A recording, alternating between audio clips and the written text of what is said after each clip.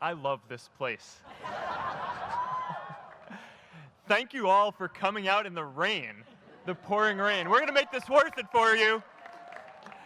President Faust, Board of Overseers, faculty, friends, alumni, proud parents, members of the ad board, and graduates of the greatest university in the world.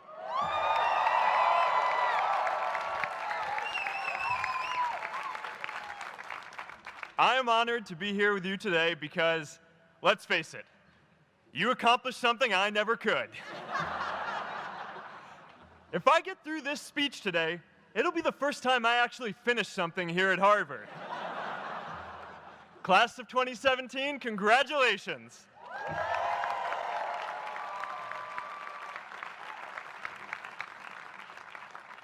Now, I'm an unlikely speaker today, not just because I dropped out, but because we're technically in the same generation. We walked this yard less than a decade apart. We studied the same ideas and slept through the same Act 10 lectures. We may have taken different roads to get here, especially if you came all the way from the quad. But today, I want to share what I've learned about our generation and the world we're all building together. But first, these last couple of days have brought back a lot of good memories. How many of you remember exactly where you were and what you were doing when you got that email telling you got into Harvard?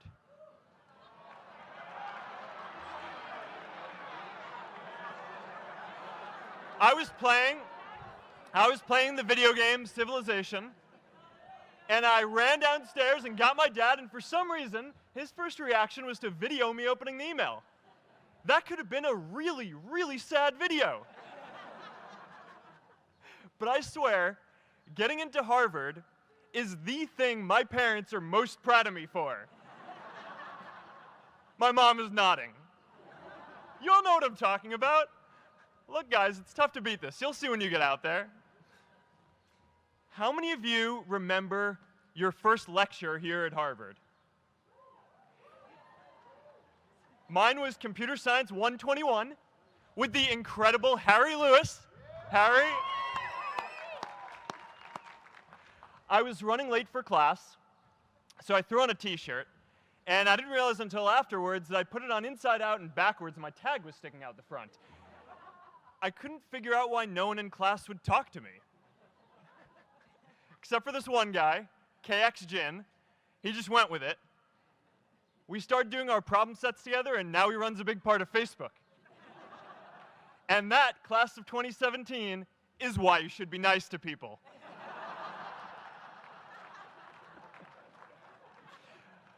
But my best memory from Harvard is meeting Priscilla.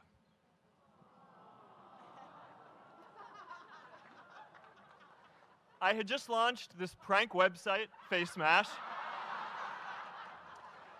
and the ad board wanted to see me. Everyone thought I was going to get kicked out. My parents drove up here to help me pack my stuff. My friends threw me a going-away party. Who does that? As luck would have it, Priscilla was at that party with her friends, and we met in line for the bathroom in the Foho Bell Tower, and in what must be one of the all-time most romantic lines, I turned to her and said, "I'm getting kicked out in 3 days, so we need to go on a date quickly." Actually, any of you graduating today can use that line. I'm getting kicked out today. We need to go on a date fast. I didn't end up getting kicked out. I did that to myself. Priscilla and I started dating, and, you know, that movie made it seem like Face Mash was so important to starting Facebook. It wasn't. But without Face Mash, I never would have met Priscilla. And Priscilla's the most important person in my life. So you could still say it was the most important thing I built in my time here.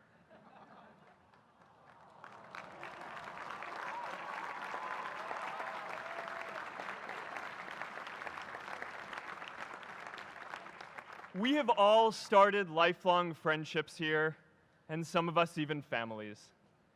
That's why I'm so grateful to this place. Thanks, Harvard.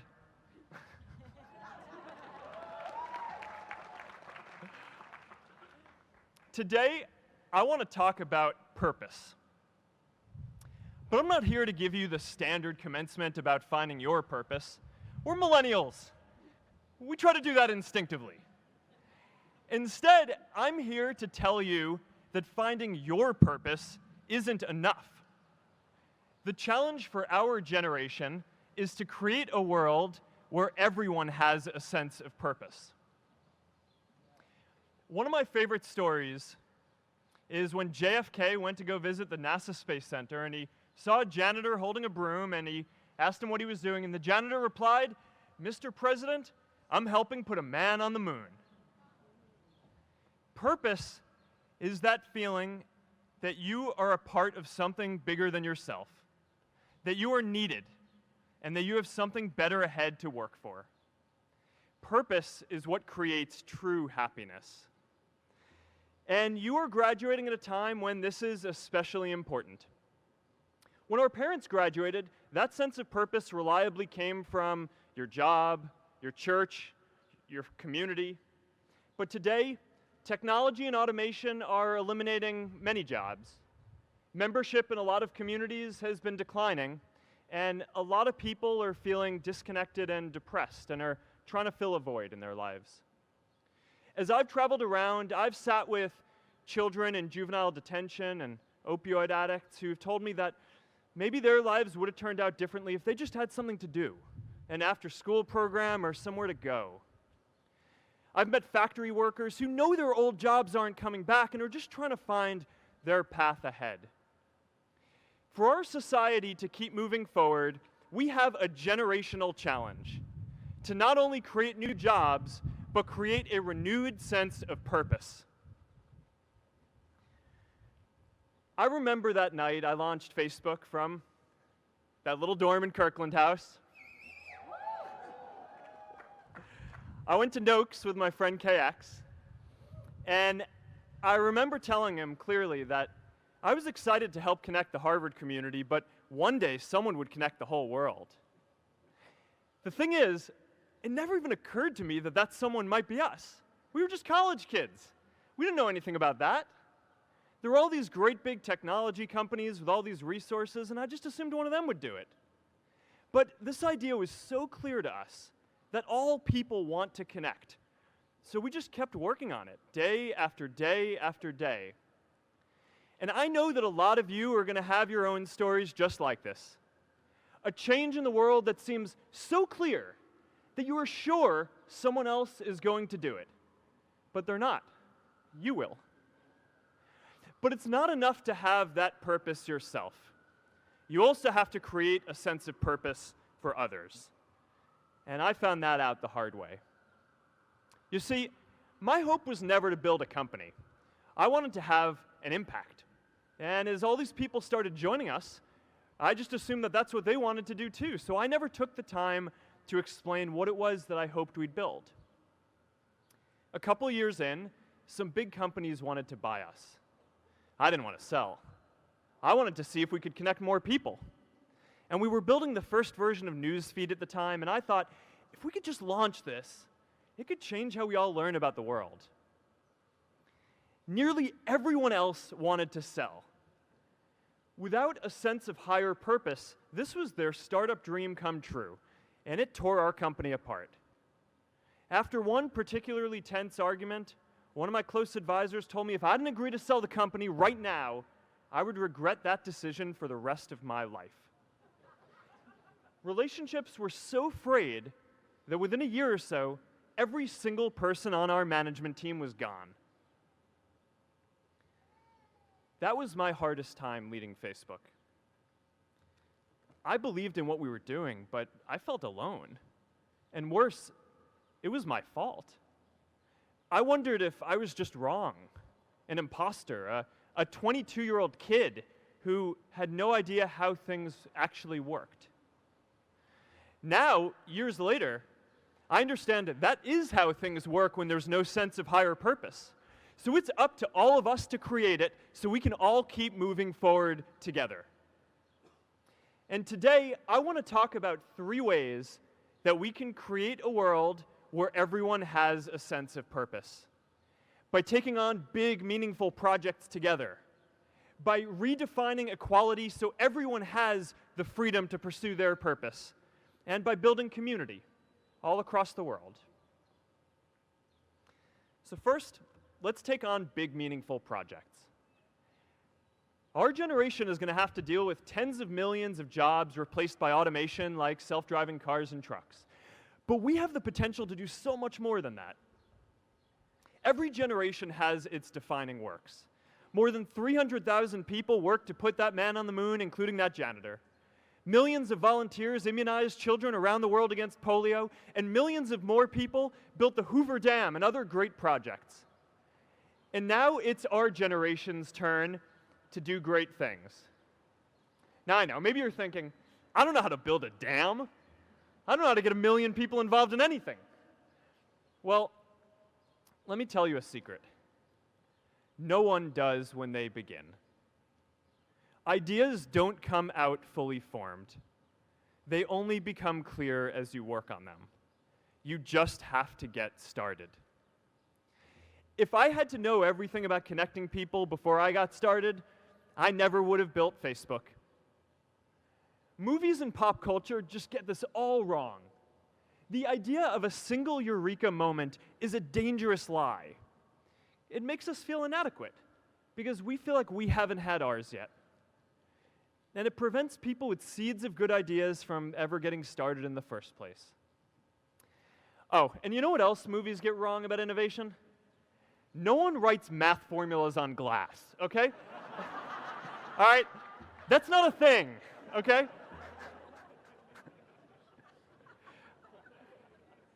It's really good to be idealistic, but be prepared to be misunderstood.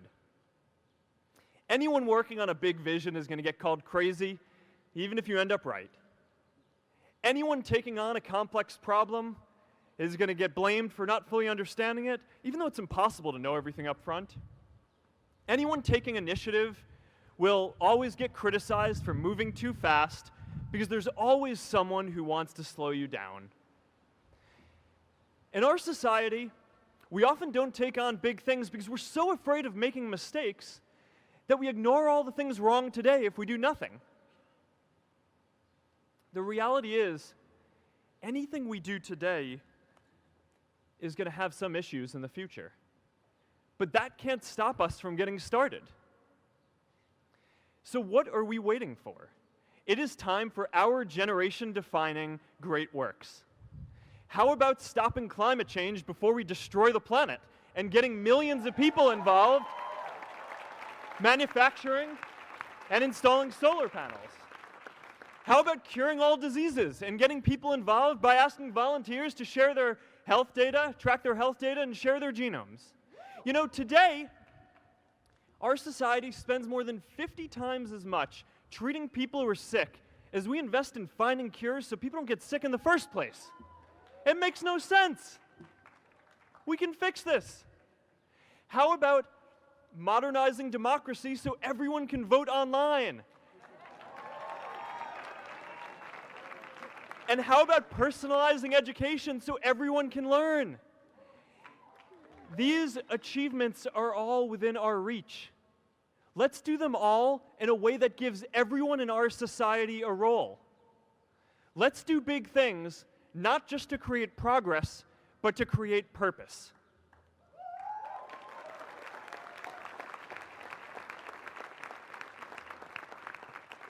So taking on big, meaningful projects together is the first thing we can do to create a world where everyone has a sense of purpose.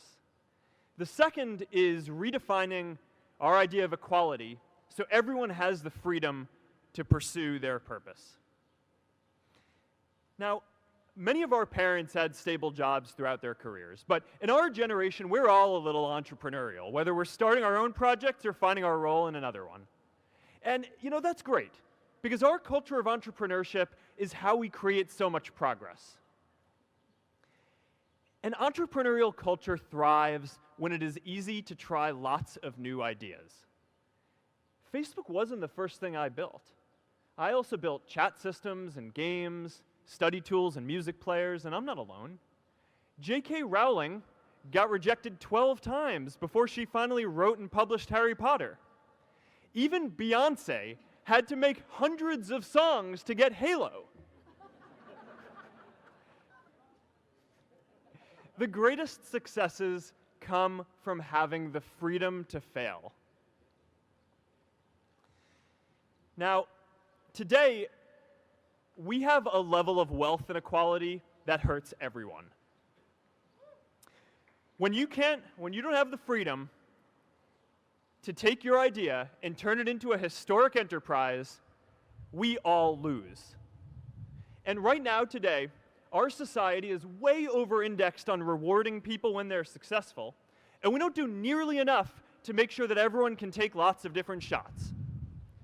Now, let's face it, there is something wrong with our system when I can leave here and make billions of dollars in 10 years, while millions of students can't even afford to pay off their loans, let alone start a business.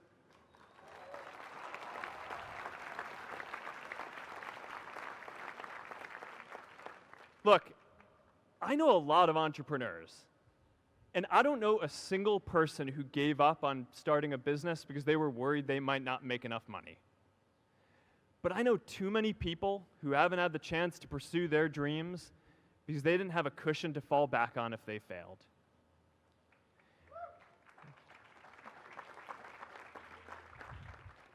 We all know you don't get successful just by having a good idea or working hard. You get successful by being lucky too. If I had to support my family growing up instead of having the time to learn how to code, if I didn't know that I was going to be fine if Facebook didn't work out, then I wouldn't be standing up here today. And if we're honest, we all know how much luck we've had to get to this point in our lives. Every generation expands its definition of equality. Previous generations fought for the vote and civil rights. They had the New Deal and Great Society. And now it's time for our generation to define a new social contract.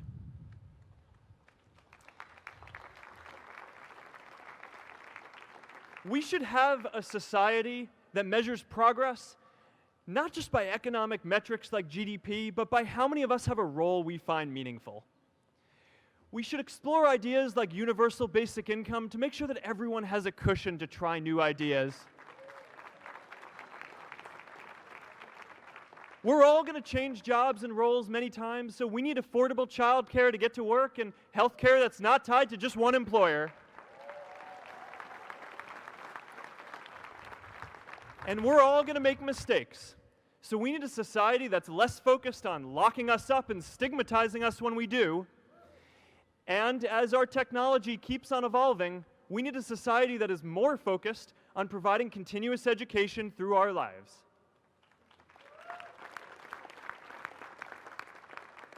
And yes, giving everyone the freedom to pursue purpose isn't going to be free. People like me should pay for it. And a lot of you are going to do really well, and you should too.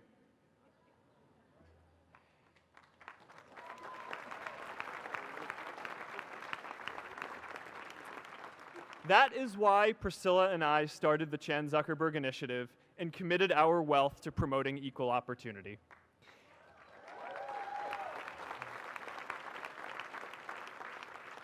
These are the values of our whole generation. It was never a question of if we were going to do this. The only question was when. Millennials are already one of the most charitable generations in history.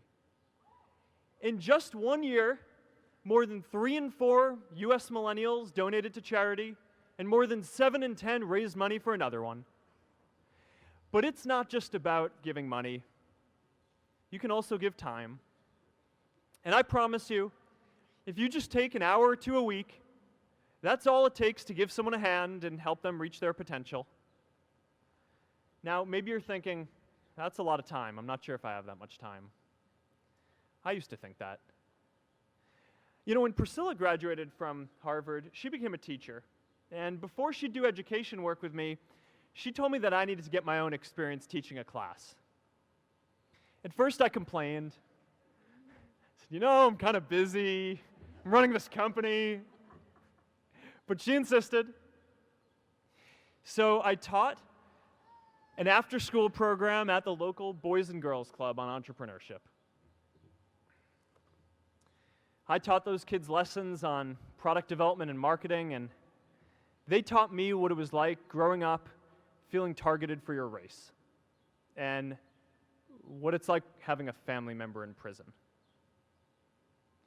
I shared stories of my time in school, and they shared their hope that one day they would get to go to college too.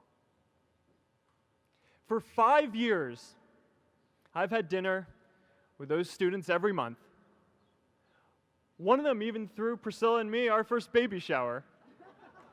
And next year, they're going to college. Every one of them, first generation in their families. We can all make time to give someone a hand. Let's give everyone the freedom to pursue purpose, not just because it's the right thing to do, but because when more people can turn their dreams into something great, we are all better for it.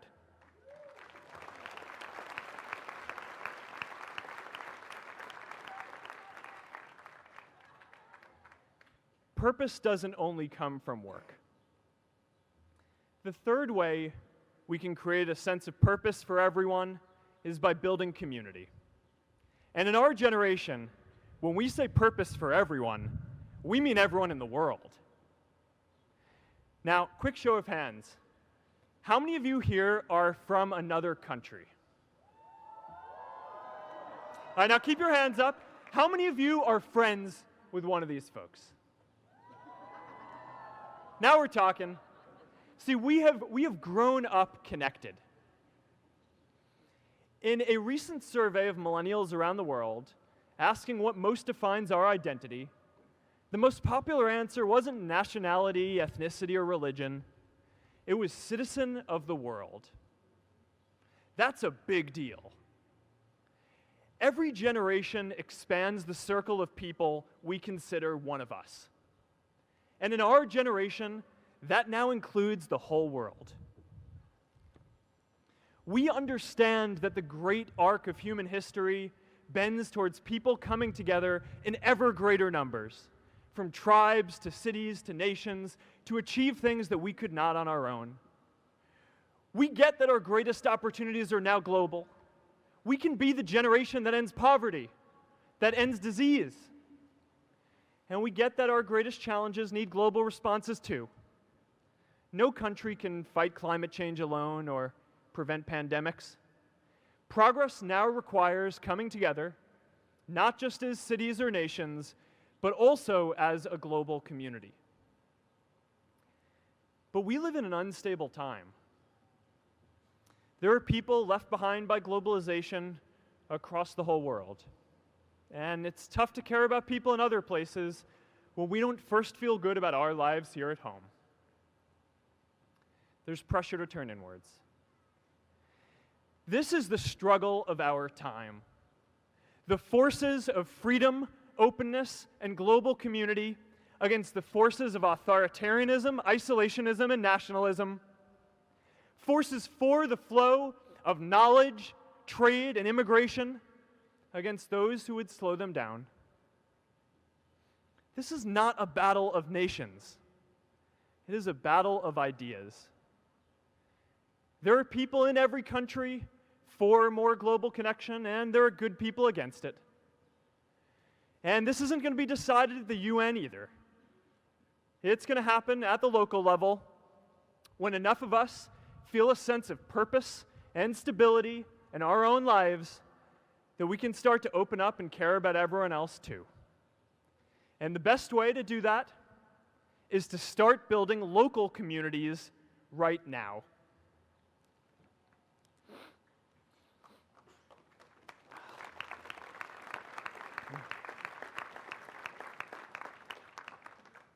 We all get a lot of meaning from our communities.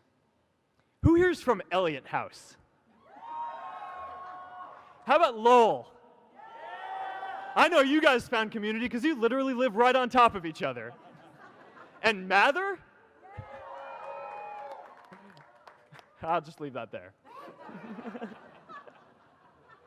Whether our communities are houses or sports teams, churches or a cappella groups, they give us that sense that we're a part of something bigger, that we're not alone. They give us the strength to expand our horizons. And that's why it's so striking that over the past few decades, membership in all kinds of communities has declined by as much as 1/4. That's a lot of people who now need to find a sense of purpose somewhere else. But I know that we can rebuild these communities and start new ones because many of you already are.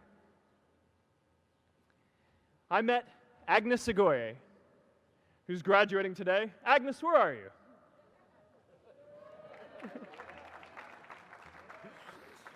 Agnes spent her childhood navigating conflict zones with human trafficking in Uganda, and now she's trained thousands of law enforcement officials to keep communities safe.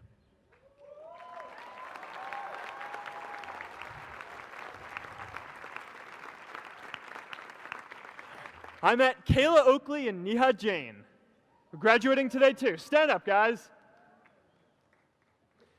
Kayla and Neha started a nonprofit that connects people suffering from chronic illnesses with people in their communities who are willing to help out.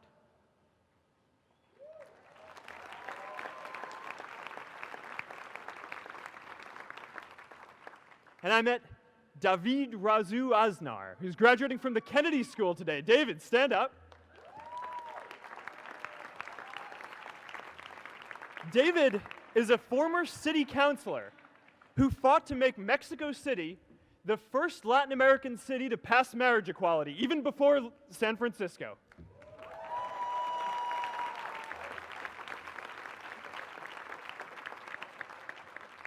And this is my story too. A student in a dorm, connecting one community at a time and keeping at it until one day we can connect the whole world. Change starts local. Even global change starts small with people like us.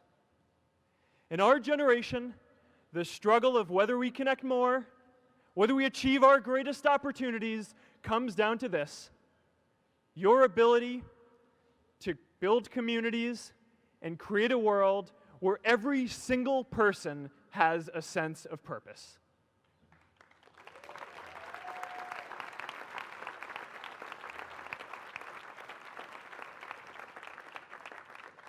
Class of 2017, you are graduating into a world that needs purpose.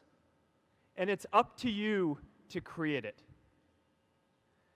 Now, maybe you're asking yourself, can I really do this? Well, remember when I told you about that class I taught at the Boys and Girls Club? One day after class, I was talking to my students about going to college, and one of my top students raised his hand and said that he wasn't sure he could go to college because he's undocumented. He wasn't sure if they'd take him.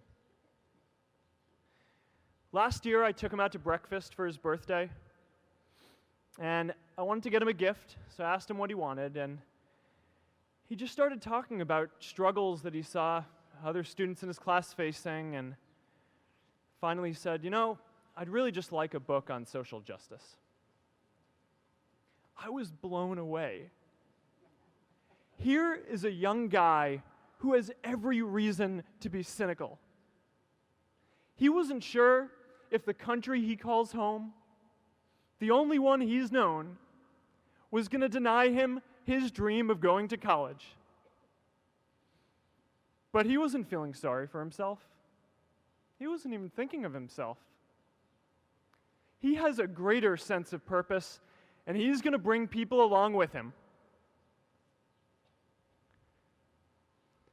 It says something about our situation today that I can't even say his name because I don't want to put him at risk. But if a high school senior who doesn't know what the future holds for him can do his part to move the world forward, then we owe it to the world to do our part too.